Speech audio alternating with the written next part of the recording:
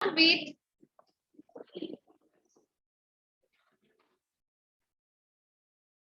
let's start with population, right? As we know from the last class, population means a group of same type of species, তাই না? একটা রিজিয়নে যখন একই species অনেকগুলো থাকছে তখন তাকেই আমরা বলেছিলাম population. So we can say population is a group of organism of one species occupying the same area.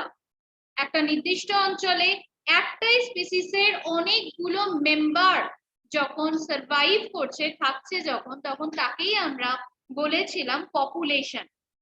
তোদের যখন এই পপুলেশনের ডেফিনিশন দেবে তোদের কাছে কিন্তু এই ক্রাইটেরিয়াটা দেয়, not only a group of same species but please add that occupy the same place same time, ঠিক আছে? সুতরাং সেই জায়গা থেকে পুরো লাইনটা যেন মাথায় থাকে এবং এই ক্ষেত্রে যেই মাত্র তারা একই রিজিয়নে থাকছে সুতরাং ওই রিজিয়নে যা যা রিসোর্স রয়েছে পুরো রিসোর্সটাকে ওই স্পিসিসই ইউটিলাইজ করছে, রাইট? তো তাহলে এই যে শেয়ারিং as well as তাদের মধ্যে ওই রিসোর্সের জন্য a little bit কম্পিটিশনও ডেভেলপ করবে। আজকে যদি একটা বার্গারকেই আমরা সবকটা হিউম্যান বিংস একই সাথে অ্যাটাক করি, জাস্ট লাইক বিরিয়ানির হাড়িতে 3 প্লেট আর বিরিয়ানি আছে আর 6 জন গিয়ে লাইন দিয়েছে, তো তাহলে সেখানে not sharing, this is like competition. তাহলে এই যে কম্পিটিশনটা সেটা কিন্তু বিভিন্ন রিজনের জন্য হতে পারে একটা রিজিয়নে। Number 1 for food, number 2 for shelter, and the most vital part is reproduction also. And by some way আমরা বলতে পারি this reproduction is the key feature, isn't it? Reproduction is considered as a key feature. Why? Because that helps in the production of fertile offspring. R as a human being, as a species হিসাবে আমি তো চাইবই তার continuity maintain করতে। তাই population যেখানে সেখানেই কিন্তু আমরা মনে রাখবো there is a interaction between the same species, whether it is sharing or competition or whatever for any kind of three basic need: food, shelter and reproduction, right? তো তাহলে এই জায়গা থেকে যখনই তোরা পপুলেশনকে স্টাডি করছিস তোদের কিছু স্পেসিফিক টার্ম দিয়ে দেয় কোয়েশ্চেন পেপারে।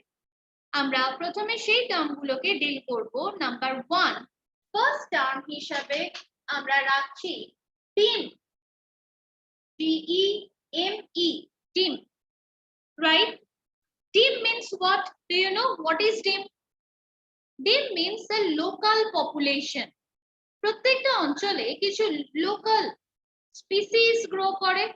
আজকে তুই যখন মাউন্টেনিয়াস রিজনে যখন যাচ্ছিস সেখানে কিছু স্পেসিফিক ট্রাইবাল মেম্বার্সকে তুই পাবি যারা ওখানকার লোকাল পিপল। তো এই যে local population that are restricted to a particular region is collectively known as team, ঠিক আছে? So please write down team is equal to local population, right?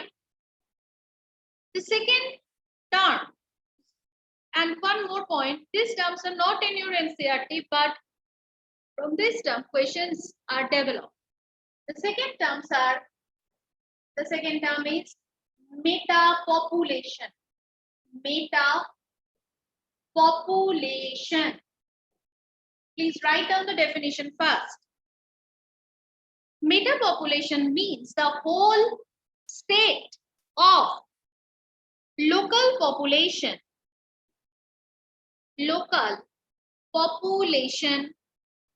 connected by dispersing individual, connected by dispersing individual, right? আজকে ধর আমি এই যে Homo sapiens কেই বলছি, আমাদের টোটাল ওয়েস্ট বেঙ্গলের রেসপেক্টে আমি সমস্ত মানুষকে যদি দেখি, এদের মতো প্রচুর ডাইভার্সিটি তোরা দেখতে পাচ্ছিস। তুই পাহাড়ি অঞ্চলে গেলি, সেখানকার মানুষের একটা লাইফস্টাইল, ফুড হ্যাবিট, আমাদের এই প্লেন রিজিয়নে আরো একটা টাইপ। আবার তুই সুন্দরবনের ওই রিজিয়ন গুলোতে যা বা সমুদ্র তীরবর্তী অঞ্চলগুলোতে যা, সেখানকার মানুষেরও কিন্তু ল্যাঙ্গুয়েজ বল, ফুড বল, প্রত্যেকটা কিন্তু সেই পার্টিকুলার রিজনের জন্য আলাদা হয়ে যাচ্ছে। তাহলে এই যে ডাইভার্সিটিটা, তাকে আমরা বলবো মেটা পপুলেশন, রাইট? তার মানে আমার total human population, but they are connected by the dispersing individual. এরা বিভিন্ন জায়গা থেকে বিভিন্ন জায়গায় মুভও করতে পারে, এবং for the time being তারা কিন্তু সেই জায়গাটাকে অ্যাডাপ্ট করছে। তুই যখন পাহাড়ে ঘুরতে যাস, তুই সেই রিজনে তো থাকছিস, সেরকম তো নয়তো থাকতে পারছিস না। তো তাহলে এই যে sum total diversity, that is known as meta population, right? But local population কে আমরা বলেছি DIM. The third term is ecofin. Please remember, this is a very very important term, ecofin, or it is also known as ECARD. ECARD. Ecofin or ECARD means the phenotypic variability formed due to environmental condition. সবাই একই species, Homo sapiens, but আবারও zone wise তোরা দেখতে pass phenotypic expression কিন্তু change হয়। তুই আবারও, আমি সেই পাহাড়ের কথাই যদি বলি, তাহলে ওদের বাই নেচার স্কিন খুব সুন্দর, বাই নেচার ওদের হেয়ারের যে টেক্সচার খুব ভালো, কিন্তু তোর আমার এখানকার চুলে তেল তেল, ঠিক আছে, মেনটেন করতে না পারলেই গেল। তো এই যে আমার phenotypic variability, ultimately environmental condition. তো আমার এনভায়রনমেন্ট আমার এই ফেনোটাইপিক ডাইভার্সিটিটাকে কন্ট্রোল যদি করে, তখন তাকেই আমরা বলবো ইকোফেন। Fen term comes from phenotypic, eco means ecological condition, right? So please write down. The phenotypic variability develops due to the fluctuation in environment.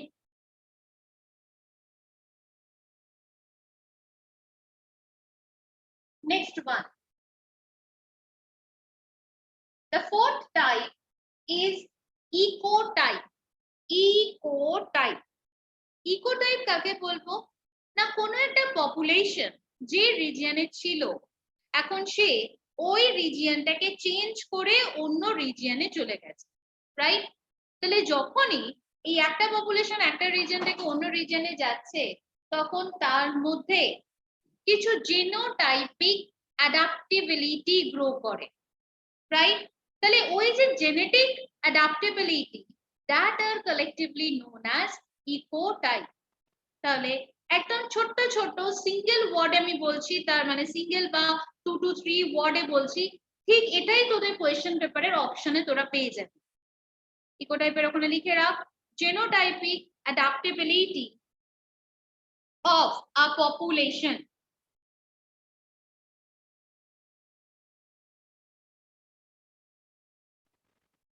Next one, ecoline. Next one is ecoline. So what is ecoline?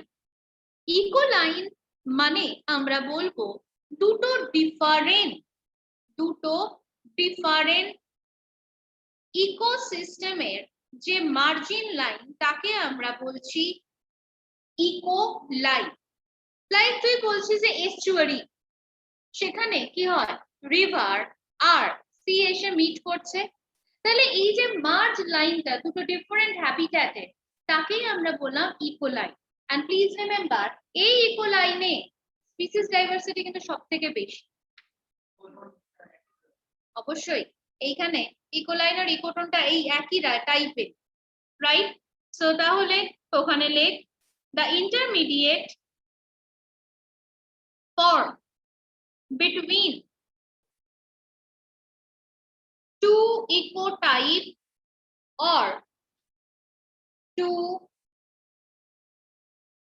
different ecotone, two different ecotypic habitat, two different ecotypic habitat.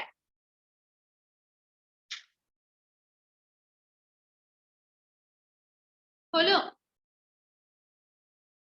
So এই যে জায়গায় আমি বললাম যে এই যে margin area intermediate zone, তাহলে সেইখানে ম্যাক্সিমাম স্পিসিস ডাইভার্সিটি, and এই যে স্পিসিস ডাইভার্সিটিটার কেউ আমরা একটা টার্ম দিয়েছি, and that is called age effect. ঠিক আছে? তাহলে এজ এফেক্ট কাকে বলবি? না ওই যে পার্টিকুলার ইন্টারমিডিয়েট জোন যেখানে maximum species diversity is present, that is called age effect, right? So তাহলে I hope এই টার্মগুলো আমাদের ক্লিয়ার। and লাস্ট দিনের ক্লাসে তোদেরকে আমি একটা টার্ম বলেছিলাম কিস্টোন স্পিসিস, নিশ্চয়ই মনে আছে কাকে বলে? কিস্টোন স্পিসিস হচ্ছে সেই স্পিসিসটা যেটা কিনা টোটাল এনভায়রনমেন্টটাকে কন্ট্রোল করছে, রাইট? এবং তার নাম্বার চেঞ্জ হওয়ার উপর বেস করে ইকোসিস্টেমের স্টেবিলিটি ডিপেন্ড করে। সো তাহলে আমাদের এই যে পপুলেশন, এই পপুলেশনের যে নাম্বার, সেই নাম্বার কিন্তু কন্টিনিউয়াসলি ভ্যারিয়েবল, চেঞ্জ হয়। ও এই যে এফেক্টটা তাহলে বলে দিচ্ছিলে, the high diversity in the ecotone area is called age effect, and such diverse species are collectively known as age species, EDGE, age species.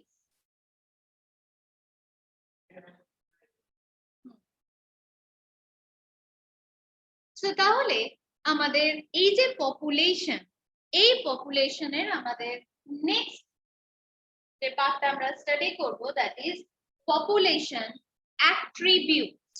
Population attributes,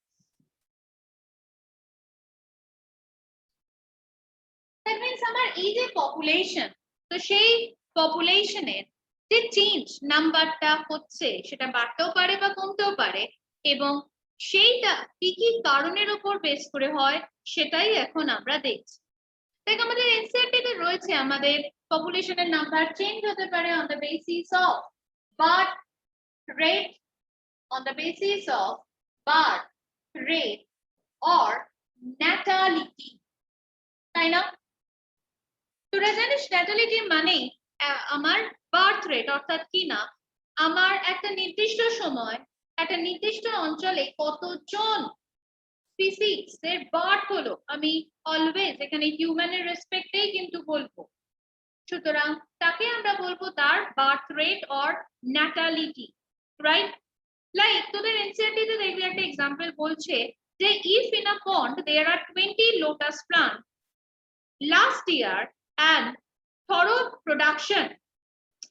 reproduction 8 new plants are added, right? So taking the current population, এই বছরের রেসপেক্টে তাহলে 28, আগের বছর 20টা ছিল, এই বছর 8টা হলো, 28টা। এবং সেই ক্ষেত্রে যদি আমাকে বার্থ রেট ক্যালকুলেট করতে দেয় তাহলে সেটা কত হবে? 8/20, and that is 0.4 offspring per lotus per year, right? তো তাহলে এই যে বার্থ রেট, এই বার্থ রেটকে আমরা যখনই ক্যালকুলেট করব সেটা কিভাবে ক্যালকুলেট করছি?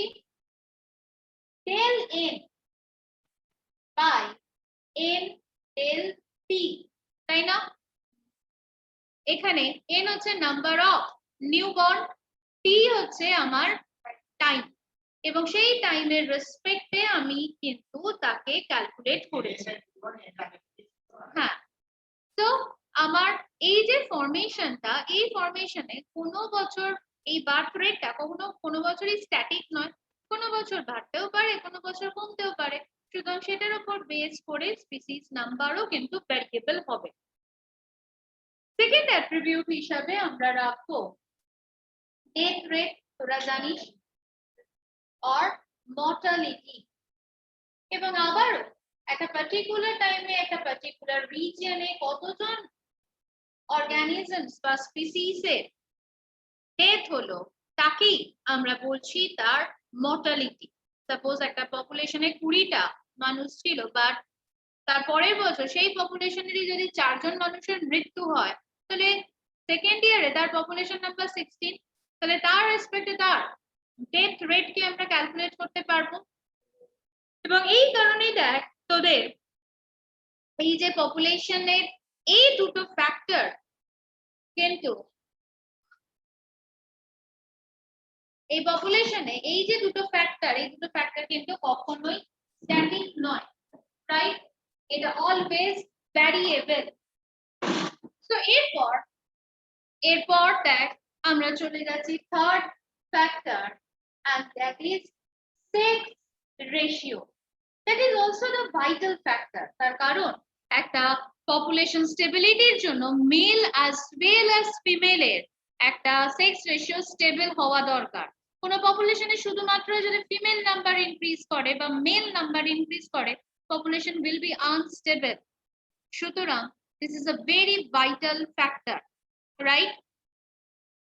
এরপরে আমরা নেক্সট যে পয়েন্টটাতে যাচ্ছি, দেখ তোদের এনসিইআরটি অনুযায়ী পপুলেশন এজ,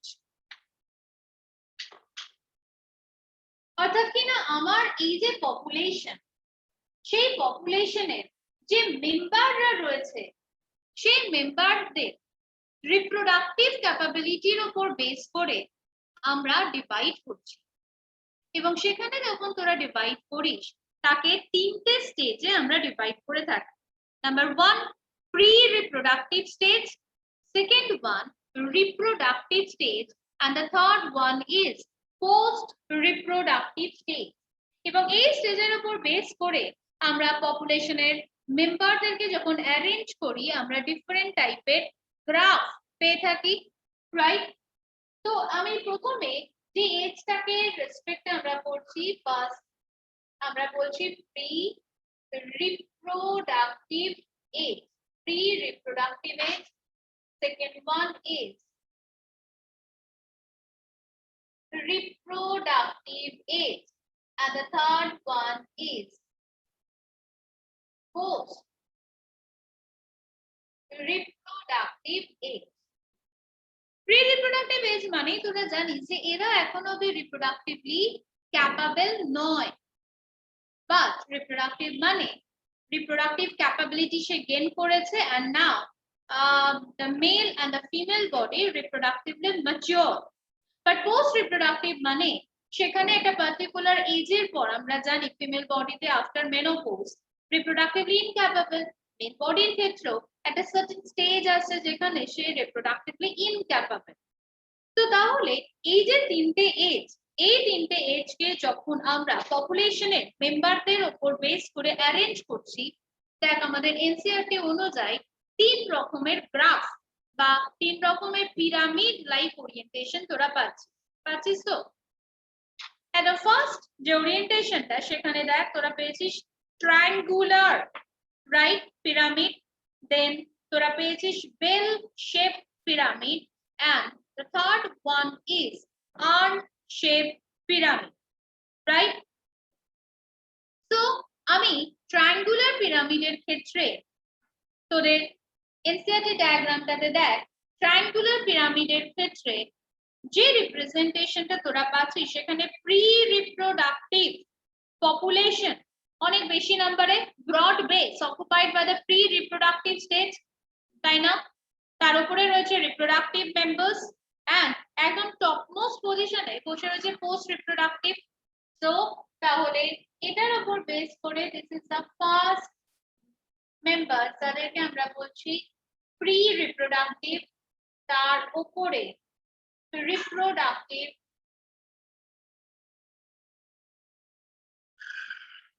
এন্ড একদম উপরে আসছে post reproductive. So it forms a triangular shaped pyramid. And please remember, this triangular shaped pyramid always denote a stable population. Expanding population.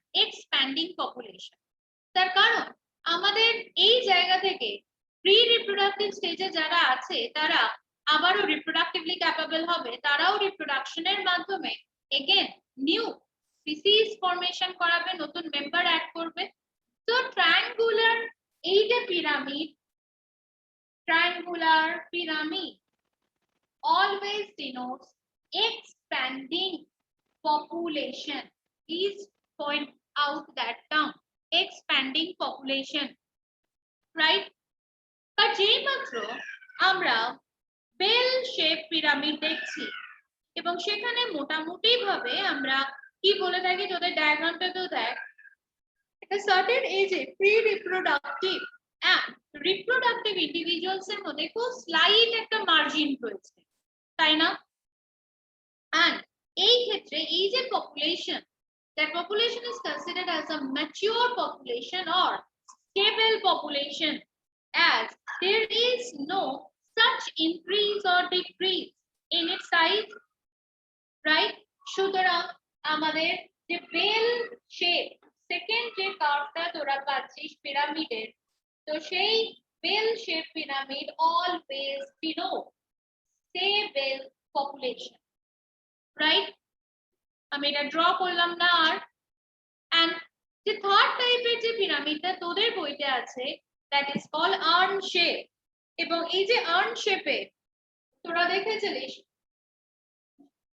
urn, URN, তো এই urn shape-এর পপুলেশনে আমরা মোটামুটি ভাবে দেখছি this is a pre-reproductive, this is a reproductive member, and this is the post-reproductive member.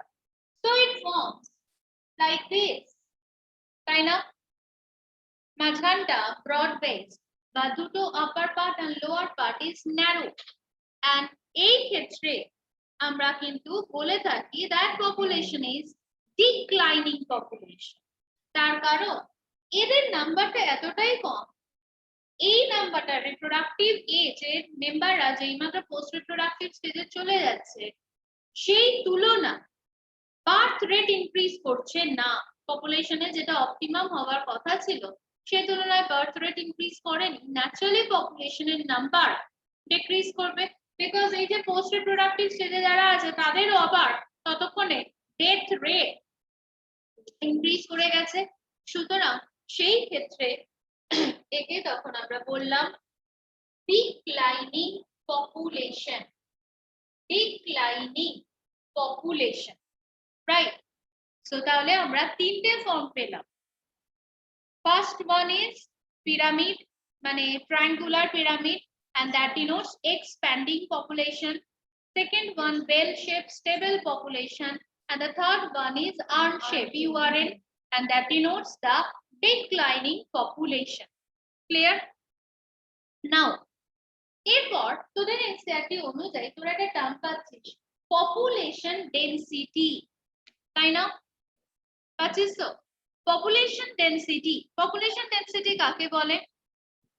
the size of the population, এই যে আমার size পপুলেশনের, সেই জায়গা থেকে আমি পপুলেশন ডেনসিটিকে যদি ডিফাইন করতে বলি তাহলে আমি বলবো একটা নির্দিষ্ট স্পেসিফিক এরিয়াতে কজন করে স্পিসিস অকুপাই করে রয়েছে, কটা স্পিসিস অকুপাই করে রয়েছে সেই জায়গাটাকে, সেটাকে আমরা বলবো তার পপুলেশন ডেনসিটি। এবং এই পপুলেশন ডেনসিটিকে ডিনোট করার জন্য আমরা কিন্তু চারটে টার্ম ইউজ করে থাকি।